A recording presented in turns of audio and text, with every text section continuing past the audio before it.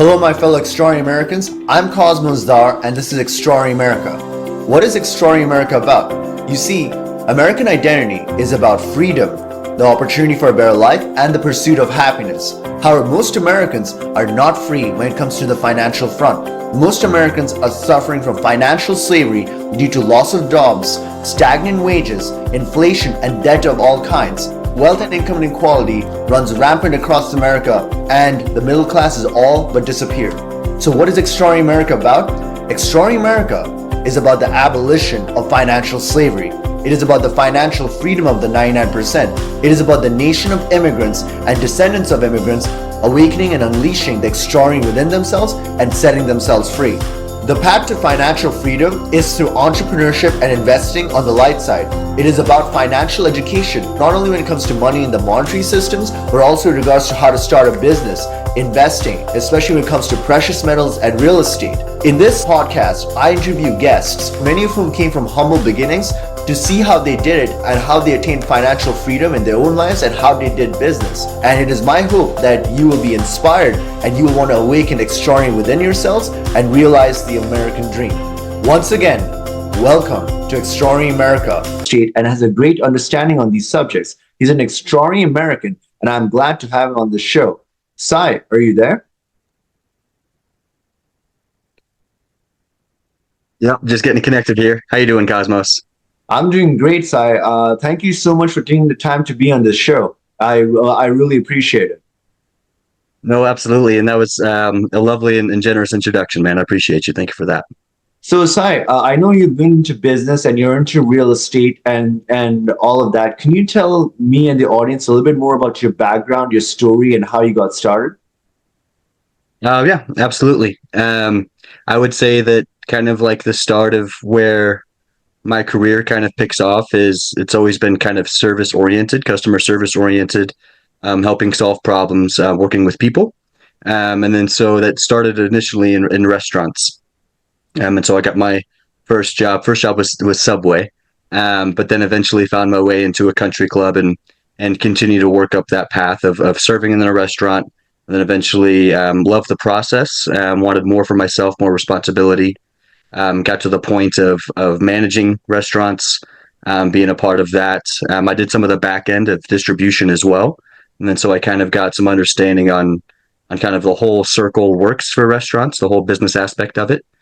Did that for a while and then really kind of like honed down on my niche of loving wine. I've been a big wine guy for the past 10 years. And then so got a job managing a restaurant, focusing on the wine lists. I was very lucky to get the job, I would say, as far as it goes. I was one of those things of not quite fake it till you make it, but like, I want to do this thing and I have this goal that I want to do this thing and I'm working towards it. And then somebody gave me an opportunity and I was like, oh, am I ready? And I think, them kind of offering was a sign that I was. And then so did that. And then that's how I got the Wine Spectator International Awards was from that job. Was building that wine list. Silver Star here in Helena. And yeah, but I just, even though I was kind of accomplishing some of my goals with wine and restaurants and what I was building and working with and helping other places start up, I still felt like there was more for me. And being a part of Bellwether is something that I think has helped shine a light on that. Like I used to have this big dream of developing my family homestead, and I'll get into like a family origin story. But now it's like dream bigger, dream more, be a stronger dreamer, kind of a thing. But so to touch on that, so I was born in Helena. This is my hometown, Helena, Montana. And I like to say I'm about as Montanan as it gets. On my one side of my family, we homesteaded near Billings, a little spot called Rygate. We still got the original, and that's a whole story in itself, but we still have the original homestead acreage, and then a little bit extra. And then the other side of my family is Native American from the Highline of Montana, Fort Belknap. And so indigenous community. And so my Montanan roots go pretty deep. And so with that, history and kind of like pride of that and pride of family, wanting to kind of how can I showcase, the place that I love, my family and our history. And so taking that homestead and wanting to develop it. And I'm like, well, how do I get there? How do I accomplish that goal? Because it's a big goal. You know what I mean? To develop a couple hundred acres into a kind of like a resort. No, And totally. Bellwether helped teach me this, but kind of like working backwards. And then so like, well, okay, if this is your big dream, this like $50 million project or whatever it's going to be, how do you get there? And I'm like, well, I feel like probably one of the best ways is to snowball real estate, get some equity, develop some equity, and then just do the classic kind of roll that into the next property. Now you're having cash flow, and then eventually, I could have a culmination moment where I take all of that and then develop my homestead. And then so that's kind of what inspired me to really learn about real estate. Is how can I do that? How do I buy a property? How do I pick good investments? How do I that kind of a deal, and then so just through my own self education, and then eventually the combination of service, customer service, and wanting to help people and solve problems, just kind of mixed out really well with getting to real estate because it's the same thing. I'm still working with people, listening to their problems, trying to translate for them, kind of a thing, and then yeah, and so now it's been a little over 3 years that I've been in real estate. I'm still working towards that goal of developing that homestead. But like I said, Bellwether's helped me kind of dream bigger. I just recently got my advanced commercial certification for real estate. So trying to build more relationships, kind of like you said, with hotels, helping some start up. There's a couple in town that's working on a new hotel. Very excited to see how that goes from the ground floor up. This year should be a good year for them as far as they're actually breaking ground and everything. Um, but yeah, I guess I want a lot for myself. I want a lot for my friends and my family. I want to educate, and it's really hard to do that unless you have a little bit of like an entrepreneurial backbone in you. You kind of want to gotta grind and set big lofty goals. But it's with those big lofty goals is how you accomplish your dreams and help others accomplish their dreams. Sai, this is like amazing, right? Like just like your vision and how you're going about your thought process. But my question to you is like the evolution of how it started off, right? Like what was it about you? Because like there's like a lot of people from like the relatively small towns, and I do consider Helena a small town compared to let's say Austin or Dallas or Houston, where the population is 2 million or 1 million or 3 million. Like I looked it up, it's like about 30,000 or 35,000 population Yeah. as the capital city, right? So, like from that perspective, like how did your overall vision and goal for your career, like the transition, like from your teenage years to your early 20s, and like as it went on, like to this vision you had of creating a homestead? Yeah, I mean, and even just real fast to small backstory, little lore is, I mean, I was from Helena and grew up here, but and also a portion of my life I grew up in Ohio, a good portion of my life, and then so middle school and high school was in Ohio, and an even smaller town, a small little spot called Edgerton, which a population when I was going to school there was about 2,000, I think, and then so just to kind of tack on that, I never really had like big city dreams or atmosphere or anything I was like I, that to I was kind of. actually wondering because like normally people from the relatively small towns, like they it goes two ways, right? Either they live their entire lives over there, or they had the big city dreams, and then they go across to a big city to experience life. But yeah, as you were saying, And it's I mean, I still got lots of friends, that I grew up with that, they were super comfortable in that, and it's a happy lifestyle for them, and it's just kind of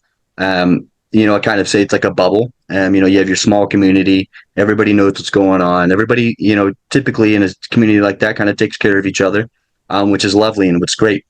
Um, Pardon me, but yeah, I don't know. I think kind of for me it was the antithesis. It was because I didn't have a whole lot to as far as potential offerings or things to do, or I felt kind of limited. I think that's kind of what pushed me to want to be more. One of my favorite movies is Big Fish, and even though it's kind of a love story, it does talk a little bit about how you can be a big fish in a small pond. But you throw yourself in a, as far as like an idea goes, you throw yourself in a bigger pond, and you're not a big fish anymore.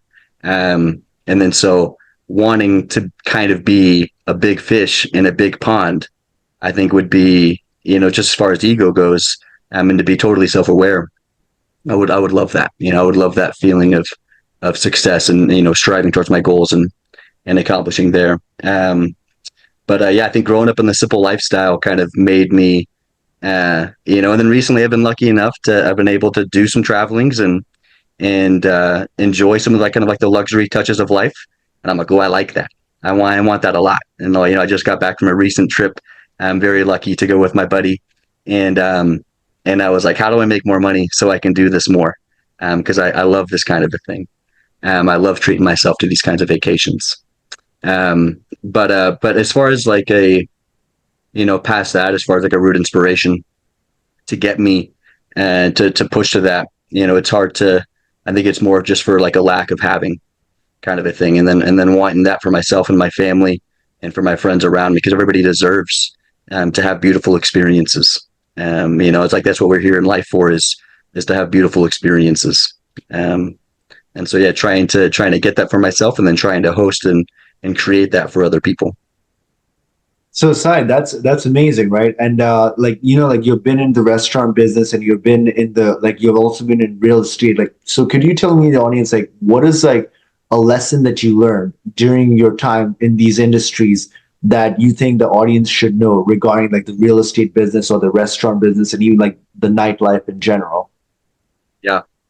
I think with maybe we'll do restaurants and then we'll do real estate. And I think with restaurants, I definitely have a bit more experience here. Is that it's a really tough business to make it in. Um, I think everybody should spend some amount of time working in a restaurant just so they can kind of get the perception of, these are people that are working really hard to give you service, so that you don't have to go cook a meal, or you don't have to go make a drink, or that you can go out to a fun social setting. I think appreciating that is super helpful as far as just like a personal thing. But then on a business thing, it's a really difficult, and also relates to personal. It's a really difficult business to be profitable in. If you're going to start up, and this ties into real estate too, but if you're going to start up like a new restaurant in an area, there's really good odds that and if you don't make it past 2 years, that you're not going to succeed as a business. And so for investments, it's really hard for people to invest in restaurants, because it's like your failure rate's pretty high, and a lot of times you're investing in the people. The really great managers that end up training really great staff, kind of a thing. And so I guess really just don't take restaurants for granted. And especially after COVID and everything, this was a roller coaster for every industry. But restaurants definitely, doubly so. Then when it comes to real estate, if I could give any point of advice or things there, I work with a lot of first time home buyers. There's not a lot of education that, as we're growing up in America, that kind of coaches us or helps us learn how to buy a house or what the process is. And so understanding, one, just how many free resources there are around you that want to help you, that want you to make good decisions, good financial decisions. And, and so leaning on your lenders, your local banks, finding community there, setting up goals and working with them to accomplish those goals and kind of create like a step-step process. And then same thing with real estate agents. It doesn't cost buyers anything to work with me if we're trying to, I've had buyers that I'm working with for over 2 years, trying to, how can we get your point to your DTI is reasonable, your bank likes you, you're at a good position to where the house actually makes sense. It takes time and it's a process, but it's going to take even longer if you keep procrastinating the startup. And then use your resources, agents and lenders, to help educate yourself, as far as how you can best position to get into the game of real estate. And if you're just you just want a family home for you and yours, I think everybody should do that instead of paying rent for somebody else to make their mortgage payment. But then if you're trying to build a real estate portfolio, that's why that model is there, is because you're renting out to people that they need a place to stay, and as long as you're fair and with market value, and then you can eventually continue to build that snowball cash flow and then have several multifamily properties, and then get to live the life that you want.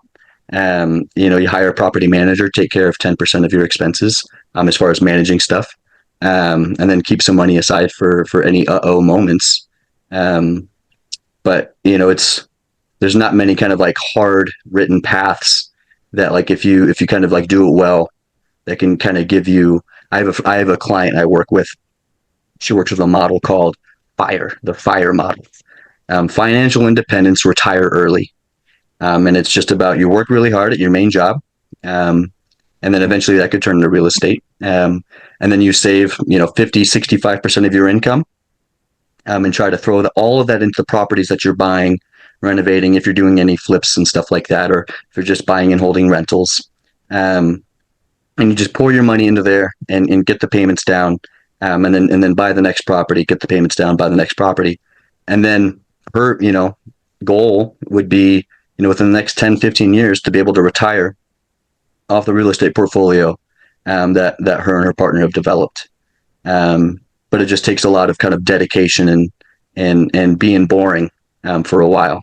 But then eventually it gets to pay off, and get to spend the rest of your time. And real estate gives you that opportunity. Sye, this is actually a very fascinating topic because real estate has the potential of like financially liberating a lot of people if they get it right, right? But I wanted to ask your opinion on this. So a lot of people, like, let's say if they want to enter the real estate market now, they look at the federal interest rate, which is at around 5.5%, and they're thinking of whether they should buy a home and then turn it into rental and stuff like that. What would be your advice to somebody that's new to the real estate game, but they're also looking at the financial markets and they're trying to understand if they should buy a home or should they wait or not? Yeah, I mean that's reasonable, dude. That's one of those conversations, especially in this market that you're having a lot. Is now the right time? One point is, whenever makes sense for you is the right time. Trying to time the market is in a way a fool's errand. Nobody knows what's happening with interest rates. You look at like all the top financial people, and they're all making their headlines on what they assume is going to go on. They're all different, and so it's not like they're all coming to a concise answer. And so if you think that you, as a regular person that's reading articles here and there, has a better insight than people that get paid millions of dollars to get an insight, you're not going to win that. But secondly is, yeah, you look at like how smart money moves, and if you're like, it doesn't make sense for me to get a house loan if lending is going to be at 6% or 7% or 8%, because my money's just not doing that. What, like, my money could be doing better if I was in bonds, just a solid, safe option like bonds. My money would be doing better there than the interest that I'm losing from real estate.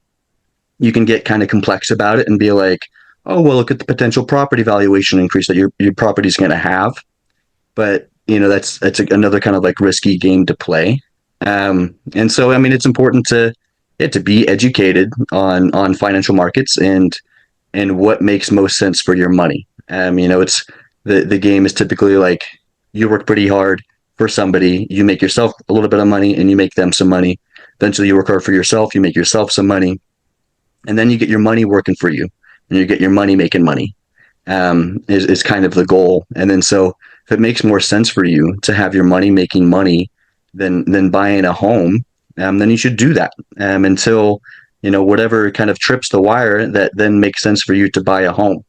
They're not, I mean, people are trying to make more land, but they're not making more land.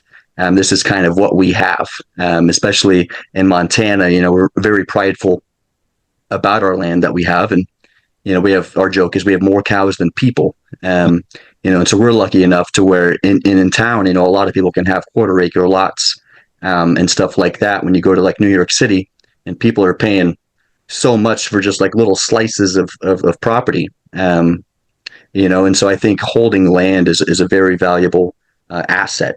And then if you're able to have a home and it makes sense for you to pay that mortgage, then compared to paying rent, then yeah. But I understand, like, and I think the 5.5%, 6% range is kind of where you start to kind of be on the fence, because it's like there's options for you to kind of be working with that can do good for you as far as making money, beating the interest. But I think when you get around that 5% and lower, is where it really kind of does start to make sense to be buying homes. But then the battle is now there's all this extra demand because it's more reasonable. And so there's more, I mean, there's more people that are trying to get into the game. And then so an argument that we kind of have and talk with our buyers and try to educate with is, again, not knowing what interest rates are going to be doing. You know, you could take the less competition now and get into a home. Maybe, you know, sale to list ratio is a good marker to kind of pay attention to. If it's 98%, we'll use soft numbers. House listed for 100,000. If STL is 98, then the house sold for 98,000. And so you know that people are asking for a price, but they're not quite getting it. And so that's a good position for you as a buyer to be like, oh, well, I know that, like, you know, if I offer pretty close or maybe change some terms and offer a full price offer, I'll get it. But as soon as interest rates drop and there's more competition in the water, now you're looking at STLs of like 102, 105, 115%. We saw wild action here the last 2 or 3 years in Helena as far as people going way above. And then it's like, well, now you're in this crazy, stressful, competitive environment.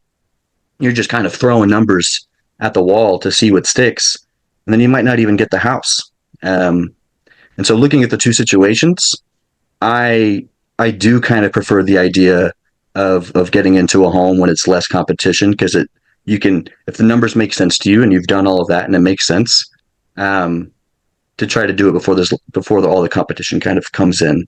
But overall, I know it's kind of, I keep on ranting, but it's a complex decision and it's important to be educated and use your resources. You know, I will love to pull numbers and play the game and figure out if it makes sense or not. You know, like talk to your financial advisor, who it's not a difficult process to get hooked up with a solid FA that will give you great advice. Because just like with everybody, like if I give you great education, if a financial advisor gives you great education, and you do well with the education provide, and you use our services, then we're going to do well. You know, and so it's kind of how the cycle works. And so if we take care of you, you take care of us eventually. But so using us to help with those decisions, I think, is a huge piece for sure. Don't try to build the ship on your own. So, Sye, this is actually a very it's a very interesting conversation because like a lot of people are looking into real estate, and it's a continuation. I have a continuation of this, right? So there's differing opinions on both sides, right? Some people say that real estate will continue to go up and up, and there are others that believe that there's going to be a massive recession, which is triggered by the interest rates, right? And they're expecting the real estate prices to drop all across the nation. But obviously, there's differing opinions. So a lot of people are thinking that they want to wait for the crash when real estate goes down by half in order to buy. But obviously, you know a lot about the subject. Like, what is your opinion about people that think that there will be a recession and that they should wait to buy real estate when that thing finally tanks? Yeah, I mean, it's kind of the same thing of, you know, it's really difficult to try to time the market.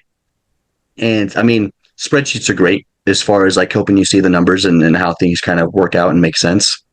And then so, I mean, if you're going to do that, maybe set like a timeline for yourself and be like, I'm willing to wait 3 years for the market to correct.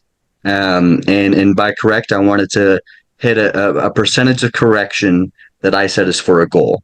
And then so whatever number that kind of comes to for you and makes sense. And so you could say, I want to wait at least 3 years. And if the market corrects 25 to 40%, I know wide numbers, but whatever, in that time frame, then I'll commit to my process of buying. But there's got to be a point, right, where it's like, well, I'm not going to be paying rent forever, hoping that the real estate market's going to crash. And then, you know, again, there's no oracle. Nobody really knows, unless the mainstream media will have you believe otherwise, because there's oracles everywhere just making predictions all the time. But exactly as you're saying. Yeah, I think it's such a tough thing to. There's a lot of experts, you know, and yeah, and it's a home purchase is a big purchase to kind of gamble a little bit on. And so if you're kind of gambling that prices are going to crash. Um, that's it's tough. But yeah, so I don't know. I guess I kind of recommend, yeah, making a spreadsheet and kind of seeing how much equity you'd lose over time by continuing to pay rent comparatively to what that might mean in a home purchase, and where prices kind of track. And then so you could be like, well, prices are slowly reducing, and so even though I'm still paying rent, like I would be losing home value anyways, and so I'm doing all right, kind of a thing. But then at the other end is like if you're playing that waiting game and then prices just keep going up, keep going up, keep going up, that's gonna, it hurts a lot. Um, investing, a lot of people kind of say an easy way to invest is the dollar cost average, and that's just to always be buying a regular amount at a regular amount of time, kind of a thing. And then that way, you look back over a year or 5 years or 10 years, then your average price to purchase, you probably have a higher chance of kind of being in profit. Is the idea, right? Is the theory, if it works out. And so I know people in real estate that it's their goal to DCA at least one house a year, sometimes two houses a year. They're like, I just want to buy one house a year. And then after 10, 15 years, I have a portfolio of real estate beneath me, that I can lean on. And so they're not trying to time the market and be like, I'll buy 7 properties this year when something, interest rates does this or prices do this in this market, like Florida or something like that. And then now I'm going to go do a sweep, which is, I'm not dismissing that. I think it's, if you're educated and you can make that decision, that's great. But I know people that do very well, that they just focus on, buying one property a year, even in this current environment, as far as, people concerned. And then I also just want to make the conversation on, you know, hoping for a market crash, for your investment and opportunity, is kind of depressing. You know what I mean? It's like you're hoping that that a lot of people fail and lose money and have a hard time just so that you can then have a good opportunity to buy a house. But that's basically how a lot of investors think, though. They're waiting for the prices to come down, but that's just how the game is played, or maybe there's another perspective on this, you know? Yeah, yeah, and you look at, like, there's all these large firms like, um, who was it that I think it was, BlackRock in Canada, just did a massive residential purchase acquisition, and it's like you follow the money, and it's like if these large firms continue to grab up all the residential properties that are available, and then you're just looking at just small fish like us that have property, they're going to keep coming and they're going to keep on trying to acquire. There's sayings like, you will own nothing and you will love it. I'm not always the best at remembering who says these quotes, but I hear the quotes and I know that they're really, really good. And then but that idea, right, of these large institutions are just going to own all the property, and then just going to rent at a what whoever decides is a reasonable cost. And so, as long as those super large purchases are happening, I don't know, that gives me a little bit of strength in the idea that we should keep buying and holding these properties and not letting large investors kind of come through and sweep the market. And there's always, complex variables. There's a housing area in Montana where it was a military base. For a while, housing exploded in the area. Military base shut down. Now the place is like a dump. You know what I'm saying? Like, cops don't even really drive through there. It's kind of just been given to the people, in a not positive way. And then opportunities like that, stuff like that happens, and so it could be an opportunity for an institution to kind of scoop up properties. And so optically, it's like, oh, they're buying a bunch of residential properties. It's like, no, they're more so buying kind of like a dilapidated town and potentially trying to renovate it, kind of a thing. And so there's always outliers to the idea. But So yeah, I think I had to ask you a question, like, of all people, like, because we're talking about this thing of like the house market crashing and the perspective of it. So when the 2007 2008 crash happened in the real estate, right? Like I actually like have met like a few people during my lifetime, and then when I talk to them, like these business people, they're like the best time to buy property was during the 1929 Great Depression and the 2007 crash. And I was like, for a moment, I was like, man, that's messed up because a lot of Yeah. people lost the thing. But then when I thought of it from like a businessman's perspective, oh shit, this guy makes sense. Like, there's if you take out the emotion and just look at logic. But I wanted to understand your perspective of the 2007 2008 crash regarding real estate, and how would you perceive it? Yeah. Yeah. I mean, it's a big complex beast, and I wouldn't say that I have like a full understanding of what led to the dominoes to fall.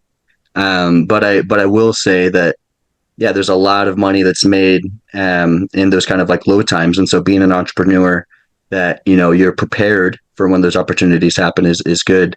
But as far as like perspective on what happened and how to I think what a lot of like what I've been taught about the process and what's gone down is that it was people being irresponsible and kind of giving loans out really with a gut knowing that it wasn't the best person to give this loan out to at this interest rate, and to do that kind of across the board. I think eventually it was just putting too much responsibility on people that didn't necessarily fulfill that, which is why it's a tough process to apply to be able to get a home. Your credit's got to be at a good spot, your debt's got to be at a good spot, um, all these things, and yeah, but it's I don't know, and I've watched the movie too, and so there's I don't know how much of my idea is kind of manipulated by Hollywood, um, but it really just seems like it's I don't know. What if it was one of those situations of where it was like mildly orchestrated, to where not to get too conspiracy, but to where maybe somebody was looking for a crash for an opportunity, to kind of like have all these people kind of fail and then they go through and scoop up a bunch of stuff. That's what a lot of people It's I don't know. Yeah, yeah. I think there's a lot of and when you look at the world of finances and you look at a lot of these big firms, there's shady stuff that happens for sure. And I don't know at all, but just kind of what my gut feels on some of the things. Um, but definitely, yeah, opportunity for some, and then terribly disastrous for a lot of people, for sure. A lot of lives lost, a lot of money lost, in that crash. No, I mean, yeah, it was a disaster. But like when you're looking at it from like the one percenters or like from an entrepreneur perspective, you start getting a different mindset. And I mean, it's just how like the game is played. But ideally, it's all about mindset and education. Like when you start getting real estate education, you get the investor's mindset. You learn how that happens, and slowly you can play. You can start knowing the rules of the game. Like it's kind of like a monopoly kind of thing. Like you have to know how the rules of the game are played, and most people don't know all the rules. They know only a few rules here and there, and if you don't know how to play all the rules, you're going to lose most of the time. But that's just my opinion. And there's no book that's out there giving you all the rules, and you can, pardon me again, and you can pay for all the courses in the world to speak to people to have them teach you the rules, but it's still quite ambiguous, and I think always changing. And I think that game, and I love that you keep calling it a game, because that's the way that I view it too. Is as far as like when you start looking at like business and money, and I'm a nerd too. I grew up playing video games too, so that's kind of how my brain works. But it's like, yeah, it's kind of a game to figure out. And then when you figure it out, like then it can be a game to be played and to be successful, kind of a thing. But yeah, Yeah, and like in addition to that is like sometimes I feel like even when you learn the education, you start playing the game. There's always these big fish, these massive, like what you were mentioning, like the BlackRock, like these big corporations just swallowing whole things, and then there's like the small time investors who figure out who figure the stuff out. But like it's kind of like the odds are like you just have to play smartly. But then they're like, how many people can I educate about this? And it's always like an uphill battle, you know?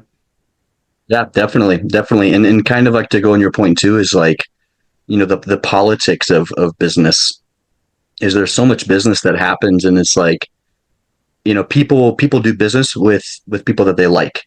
Obviously you got to be good at your job and be, solid and all that and, an expert in your field or whatever you want to say. But if somebody doesn't like you, they're not going to do business with you. And at the same point, if somebody really likes you, they might do business with you over somebody who might technically be a better fit to do business with. But that's just the politics of the game. There's house deals that happen where I'm like, how are you the one that got that, or how are you? Not trying to take away from the individual, but it's just like it didn't necessarily. I would have a couple of people in mind that I think would be a good fit for that deal, and then I'd be like, huh, that was a curveball. But then you do a little bit of digging, and you're like, oh, this is why. It's because so and so and this and that, kind of a thing. And so, small scale Helena, that happens. Big scale global definitely happens. And so, yeah, you're always fighting that uphill battle. Like I was just listening to kind of like a podcast interview and talking about day trading and kind of the difficulties of the business. It was something I dabbled in, and definitely I made some money for a while, got pretty excited about it, got a big ego, and then lost it. And I was like, oh, okay, yeah, this is real.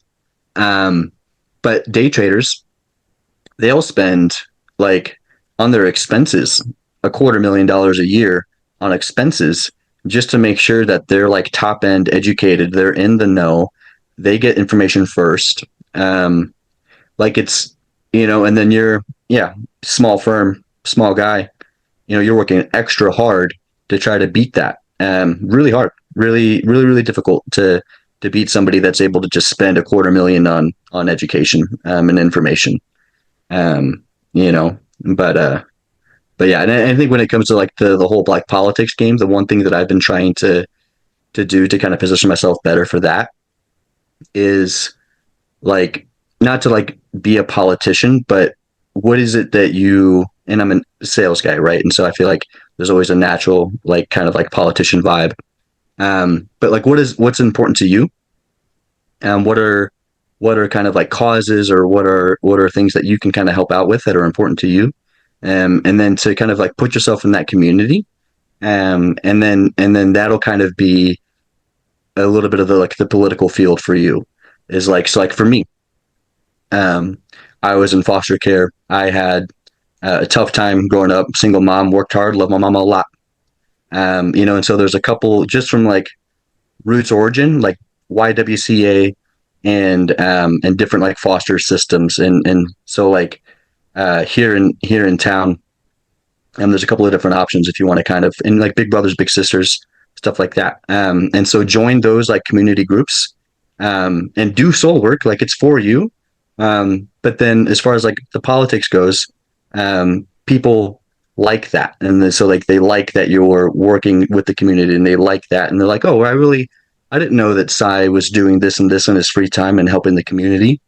And then so that just kind of gives you those extra points when it comes to business, and eventually you scale that and you're like, well, how can I do more? Like I want to do more than help, one kid or two kids with big brothers, big sisters. How do I help 100 kids or 1,000 kids, or how do I inspire, 10,000 people that had a rough childhood to not let that be their identity, and to get past that, and so bigger organizations, bigger groups, stuff like that just kind of naturally grows as you grow with it. And that's something that I'm trying to do this year is make more of an effort to work with my community and to work with kind of like my base story and to be inspirational and to help out in that field, for sure.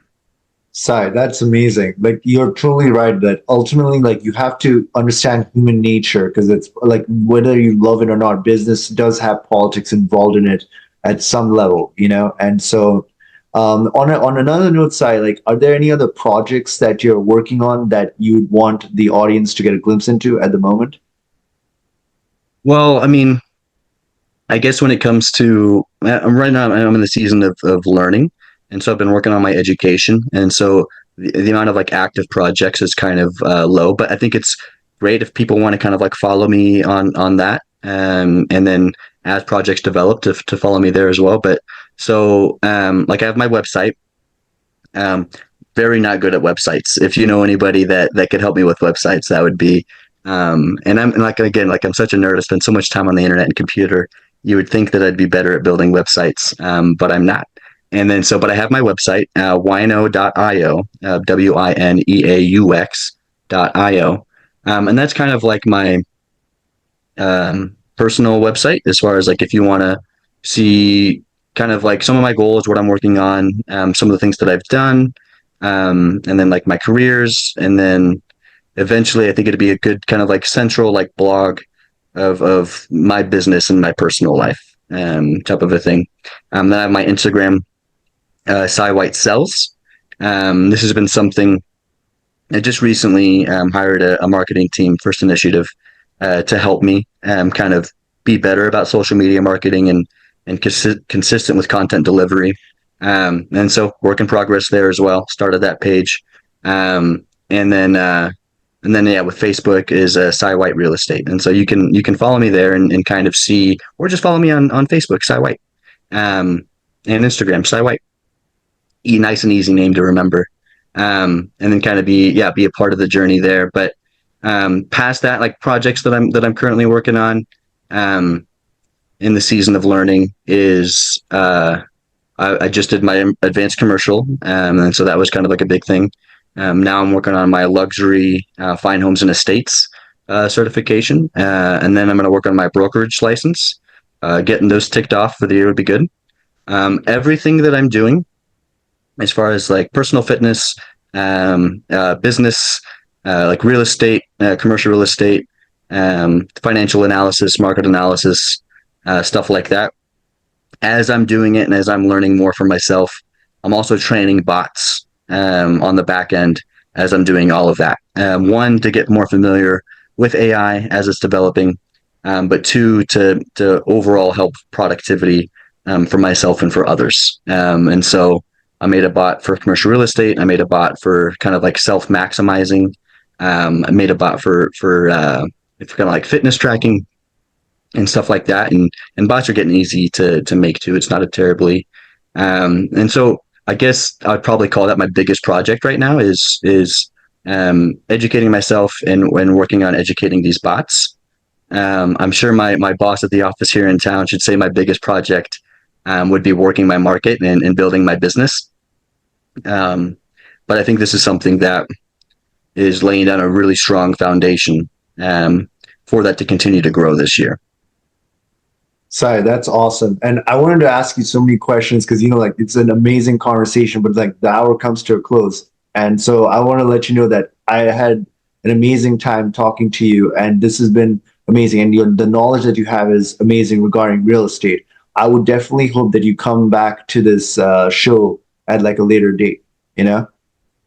Oh, dude, Cosmos, I would love to, brother, and I'd love to. I'm gonna check out some more of your recent videos and keep on watching the ones that you're popping out. But I love that you're doing this, brother. I love that you're taking the time out, and you reached out to me, which that's a huge part too, is reaching out to people and trying to build connections and relationships. And so I love the journey that you're on, man. I'm very excited to see where this goes and how you're going to look when you're at the top. Thank you, Sai. I really appreciate that. And I want to conclude this episode by letting my fellow extraordinary Americans know that, hey, look, there's an extraordinary within each and every one of us. It's our duty to awaken it and unleash it. Until next time, bye for now. Hey, everyone. Thank you for watching Extraordinary America. If you like what you see, please do subscribe to our podcast and share it with others. Remember that the best investment that you can make in your lifetime is in your own financial education, for it is knowledge that truly sets us free. Also, remember that inflation is diluting your purchasing power, which in turn increases financial bondage. The practical thing to do is to protect the loss of your purchasing power and invest in precious metals or the right cryptocurrencies. Lastly, never forget that you are an extraordinary American. We'll see you in the next episode. Bye for now.